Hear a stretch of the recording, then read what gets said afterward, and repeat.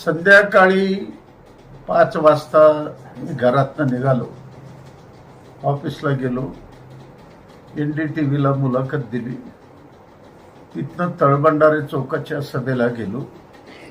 त्या सभेपासून भारतनगरच्या सभेला गेलो.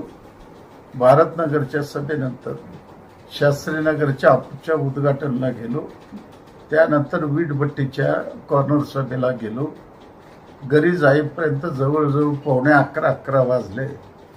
परंतु 7-7:30च्या सुमारास बापूजी नगरमध्ये राहणारे, स्वतःला काँग्रेसचे पुढारी समजतात असे 2-3 तरुण पोरं दारू पिऊन मनाला येईल तशी शिवीगाळ करणं, घरावर दगड फेकणं, विटाने मारण्याचा प्रयत्न केला असताना तरुणांनी त्याला अडवलं.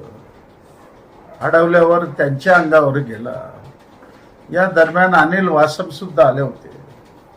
अनिल वासमला सुद्धा धक्काबुक्की झाली. वायरलेस गाडी आली, त्या दोघांना घेऊन गेलेल्या आहेत.